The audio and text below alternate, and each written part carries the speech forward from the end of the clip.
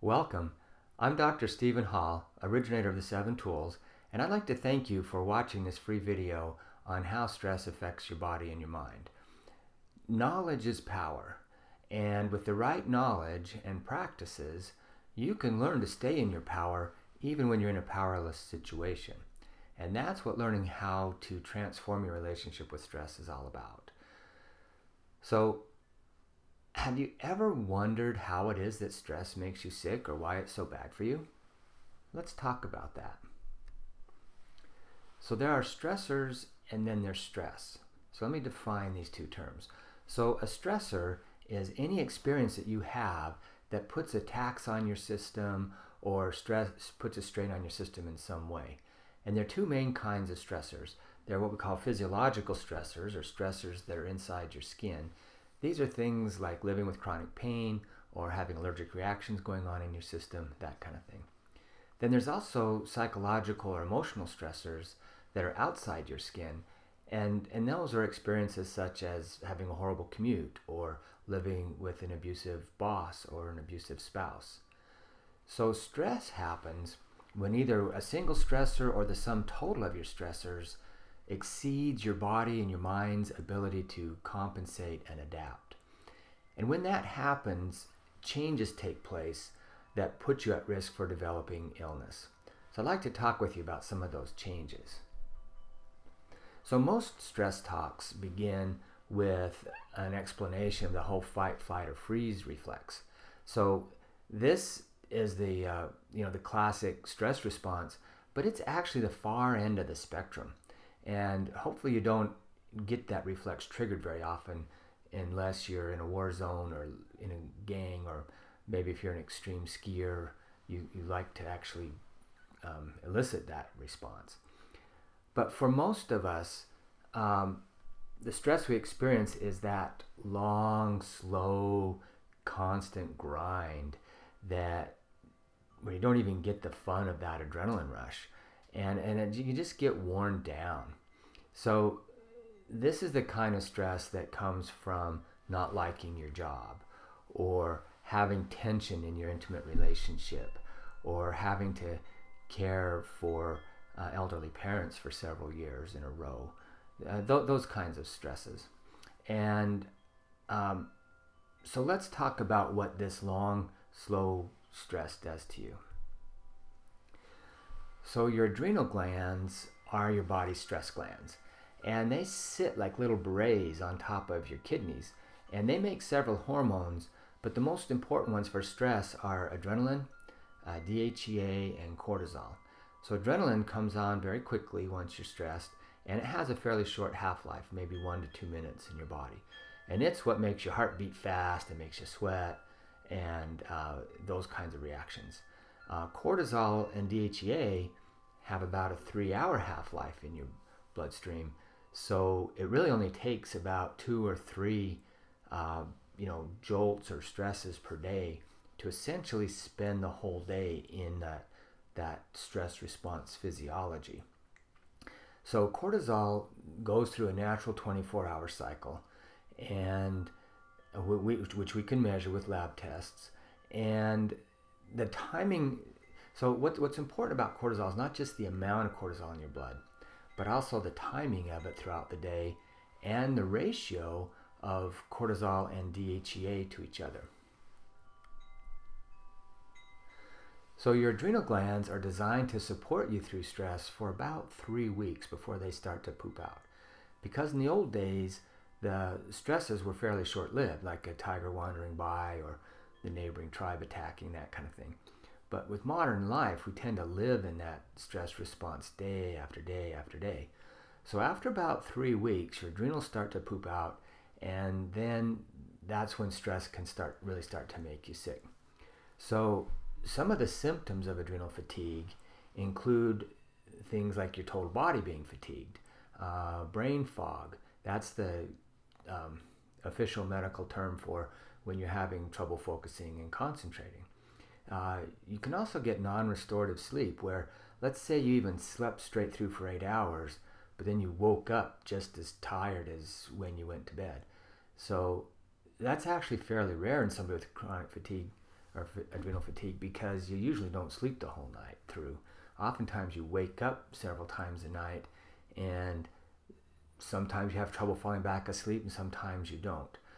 But the reason you wake up so much is being in chronic stress also puts you in what we call a hypervigilant state, where you're just sort of always waiting for that next blow to fall, for example.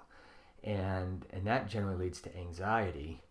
And then if your autonomic nervous system gets involved enough, you can end up with restless leg syndrome. So if any of these things sound like you, with trouble focusing and concentrating, disrupted sleep, non-restorative sleep, you're probably dealing with too much stress for too long a time in your life. So your immune system is also very affected by stress, and interestingly, in two seemingly opposite ways. So one thing that happens is you actually get immunosuppressed. Now your immune system is turned down, but the other thing that happens is your immune system is on too much of the time. So the immunosuppression often happens because cortisol kills your white blood cells. And one of the most sensitive cells to cortisol are your B lymphocytes, and they're the lymphocytes that make an antibody called secretory IgA. And secretory IgA, I think of it like the water in the moat around your castle walls. So it's your body's very front line of defense. It's in your tears, in your nose and throat, your lungs, your intestines, and your bladder. And its job is to protect those moist mucous membranes from attack. So low secretory IgA often leads to things like more frequent colds, or the colds can go deeper into your system, or for example, might turn into bronchitis or ear infection or sinus infection. You might have more problems with herpes outbreaks, for example. So, but the other thing that happens is your immune system can get turned on too much of the time. So if you think about it, your immune system is really a lot like the fire department. And those trucks are on alert, but they're actually parked in the garage the vast majority of the day. So what would the fire department be like if those trucks were out roaming the streets 24/7? Yeah, it would use a lot more energy, and firemen would get tired, and they might start doing things they're not supposed to do. And the exact same thing happens when your immune system's on too much of the time. So some of the common symptoms that stress can have through your immune system, as we talked about already, are more frequent infections, worsening herpes, either cold sores or genital herpes. Another interesting symptom my patients get is they'll feel like they're coming down with something, say in the evening, like, oh man, I'm going to wake up with a cold tomorrow. But then they wake up and they don't have a cold. And that feeling like you're coming down with something is due to elevated levels of cytokines in your system. And cytokines are the chemicals that the white blood cells use to talk to each other. Same way that neurotransmitters are the chemicals that your brain cells use to talk to each other. So another problem that happens from having your immune system on too much of the time is you start developing sensitivities. So if you're reacting to things you didn't used to react to, like say perfumes, or you have problems walking down the detergent aisle in the grocery store, or you're developing reactions to foods you didn't used to have, those are all good clues that you're maxed out with stress and you need to do something. Because left untended, this hypersensitivity or hyperstimulation of your immune system will then often lead to the development of allergies and also autoimmune diseases. And as you may have heard, the incidence of autoimmune diseases in our society is skyrocketing. So another system that's very affected by stress is the digestive system. So your digestive system is divided into two parts. We think about your upper GI, which is made up of your esophagus and your stomach and first part of your small intestine. And then there's a lower GI, which is the rest of your intestines and your colon. So over 60% of your whole body's immune system hangs out in your intestines. And that's actually how the immune system gets activated too much of the time, is by what stress does to your digestion. So in the upper intestines, the hallmark of the stomach is that it makes hydrochloric acid. And if you think about it, that's kind of a strange thing for your body to do, to make this really corrosive substance right in the middle of itself. And it actually goes to a lot of trouble to do it. So you might suspect that the acid is important for the correct functioning of your body, and you would be right. So the stomach has a couple ways to protect itself from the acid. The first one is there's a lining of mucus between the acid and the stomach, and then underneath that mucus is a layer of actually bicarbonate, just like your baking soda. And so if any acid ions diffuse through the mucus, then they get neutralized right away. So this protective layer takes several days to activate once it gets turned off, and whereas the acid production can get turned on and off very quickly. So if people are in and out of stress all the time, they're the ones that are at risk for gastritis and ulcers, because their stomach is left unprotected by the bicarbonate layer. This slide is actually portraying the bacteria called H. pylori, and those are bacteria that tend to live in the stomach and the upper intestine, where most bacteria in your intestines are down in the colon. And they've not been shown to actually cause ulcers, but if you get an ulcer, it can make it harder for that ulcer to heal, and these bacteria can make it easier for you to get reoccurring ulcers. So that they can be tested for, and there's good natural treatments for H. pylori as well. So the biggest effect stress has on your lower intestines is what we call leaky gut, which is again a technical medical term for increased intestinal permeability. So down in your intestines, there's a membrane that separates the contents of your intestines from your bloodstream. And as you can see from the slide, the surface of the intestine is lined by these little finger-like projections called villi, and it really increases the surface area. So if you could lay that membrane out flat, it would cover a tennis court. But you can also see it's only 1 cell thick. So anything that disrupts the integrity of that membrane can allow things in your intestines to have direct access to the capillary beds there. And as you can imagine, that's a problem for your body. And so leaky gut can lead to all kinds of problems, not just long-term activation of the immune system, but also increased level of toxicity in your system. So a lot of the symptoms that stress can have on your intestines include things like irritable bowel syndrome, which nowadays is getting linked a lot with SIBO, or small intestinal bacterial overgrowth. And again, that's a problem from the peristalsis and the ileocecal valve not working well. And but you can also get colitis, both the microscopic colitis as well as autoimmune colitis like Crohn's and ulcerative colitis. You might get gas, you might feel bloating, cramping, alternating diarrhea and constipation, and urgency where you kind of have to drop what you're doing and run when it's time to go. There's no negotiating. Again, because of the effects of leaky gut, you can get brain fog. Again, you get in that pro-inflammatory state that we talked about. And another hallmark of that pro-inflammatory state is that you can get overuse syndromes very easily. So where you get like tendonitis or plantar fasciitis or tennis elbow, those kinds of things very easily. And it's hard to get them to go away. So if that's happening to you, that's a clue you're maybe under too much stress. So all of the blood from your intestines goes to your liver before it goes out to your body. And it's the liver's job to examine everything that just came in.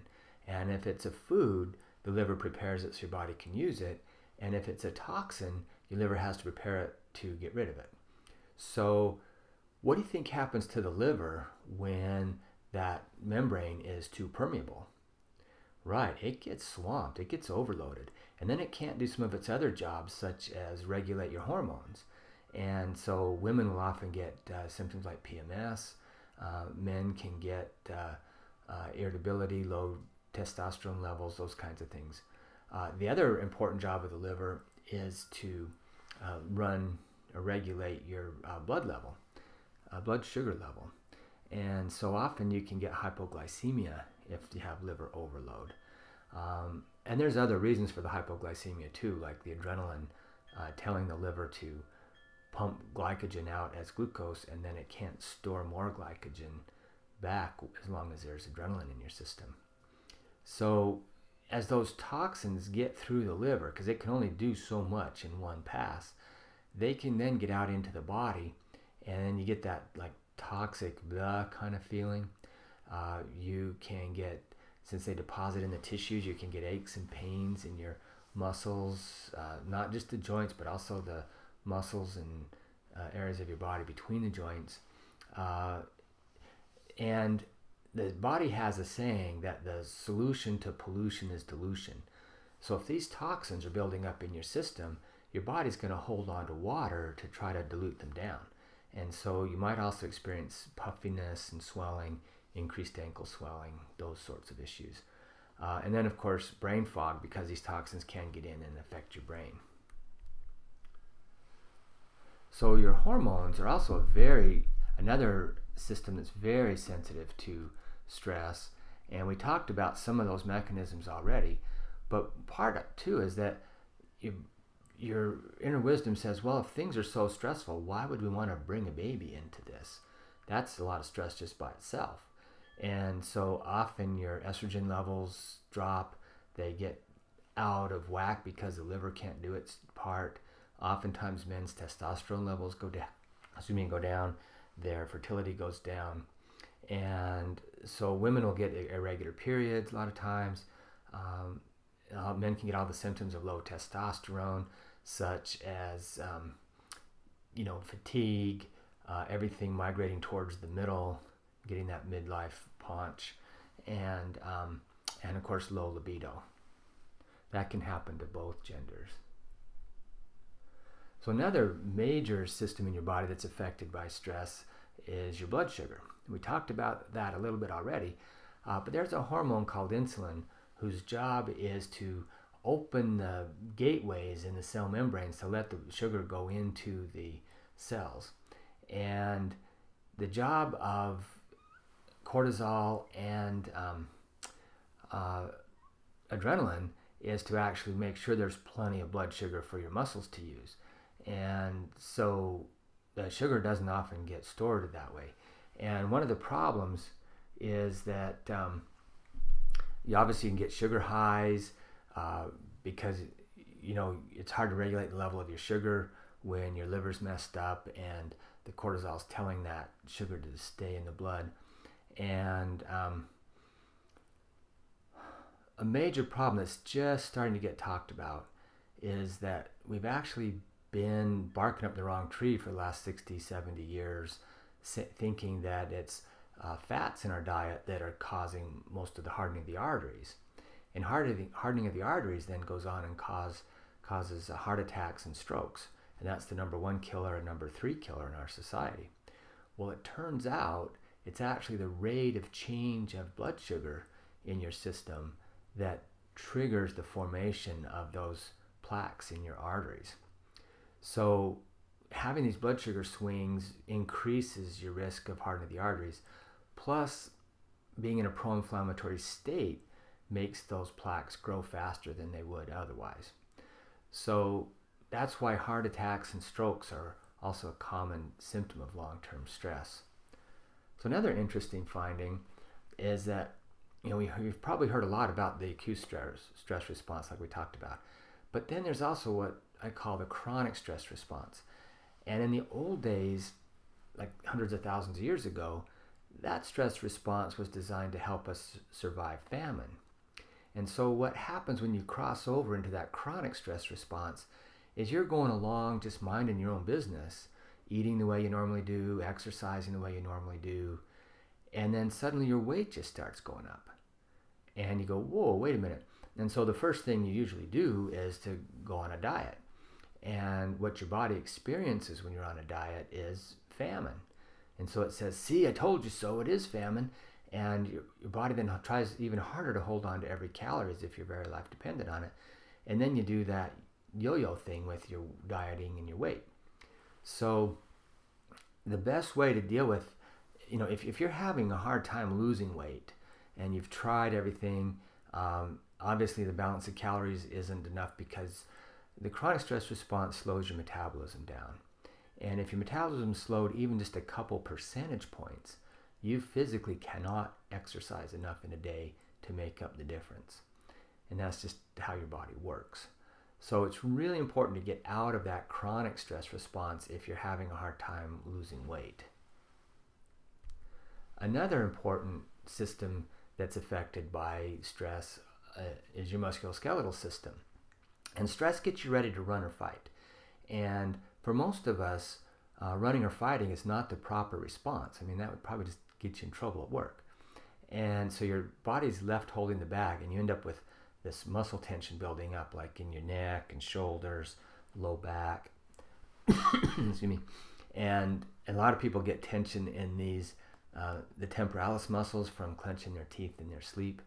So if you're getting muscle contraction headaches, which you can tell because if you put your chin on your chest, it's tight back here.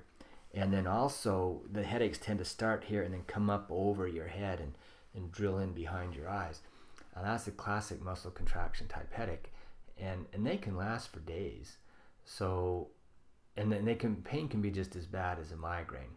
So a lot of people mistakenly call these headaches migraines, and then doctors treat them like migraines, and then you never get to the root cause, which is just carrying too much tension. But that's treatable. That's very treatable. So another interesting symptom is there's a whole another level of fatigue that's developing besides adrenal fatigue, and that has to do with how your mitochondria are working. So the exact same life experiences that will lead to adrenal fatigue will also lead to mitochondrial fatigue. And how you know the difference is what I call the wall phenomenon. So when you're just tired and you have to rally and get something done, you usually can. You can, do what you need to get the kids through to bedtime or whatever. Well, when you're doing that, you are living on your adrenals in order to push through.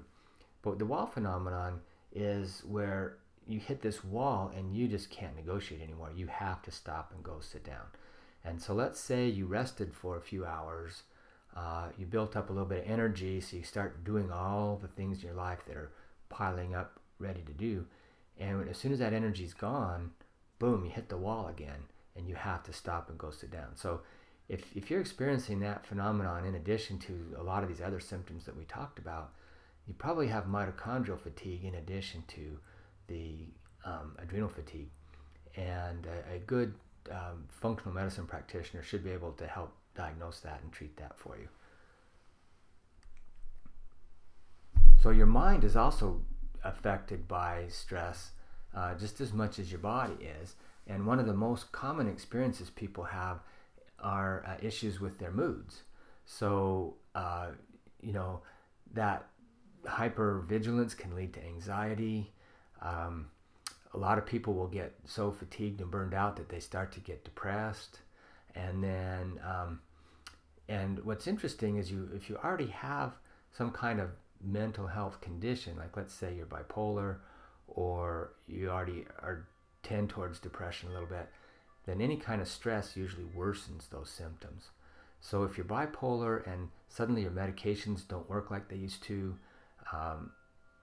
or they're just not holding, or it's very hard to find the right medicines, then you might be too stressed, and dealing with that could help. So people with ADD or ADHD often see a worsening of their symptoms. And then also you might notice problems with your short-term memory. So an interesting phenomenon from chronic stress from a integrative medicine point of view is what I call self-perpetuating physiological loops. And these are loops that the period of stress gets going, And then once they're going in your system, they'll keep themselves going even if the stress itself is long gone. So for example, I had a woman come in who said, I just haven't felt the same since the birth of my last child, and he's 9 years old now. And from taking her history, it turns out that, the pregnancy was difficult, the labor was difficult, she went a year without sleeping with a colicky baby, and then she just never felt the same since then. So there turns out to be about 8 or 10 of these loops that I've been able to identify. And a common one is that, adrenal fatigue is actually a cause of leaky gut. But then leaky gut is a stress on the adrenals. And off you go in a vicious cycle. Also, food allergies are caused by leaky gut, but once the food allergies form, they become a cause of leaky gut, and off you go. So there's several more of these loops, and I like to look for these loops and help people snip them. And it's part of my practice. So stress can affect you in lots of different ways. We've talked about what it can do to your digestion, to your immune system, to your endocrine system, to your musculoskeletal system. So if any of these things sound like you, then it's really, really important that you do something proactive to help change your relationship with stress if you want to either get your health back or stay healthy as time goes on. So, but there is hope, okay? There is a way actually to make yourself impervious to stress. And that's what we teach in our Taming the Bear, Taking the Bite Out of Stress class. So please, if you'd like to do something proactive about stress, then please visit our website, www.the7tools.com, and consider taking one of our classes. Look at some of the other free material that we have there that could be helpful for you. And my hope is that you can learn to live a long, happy, stress-free life. Thank you.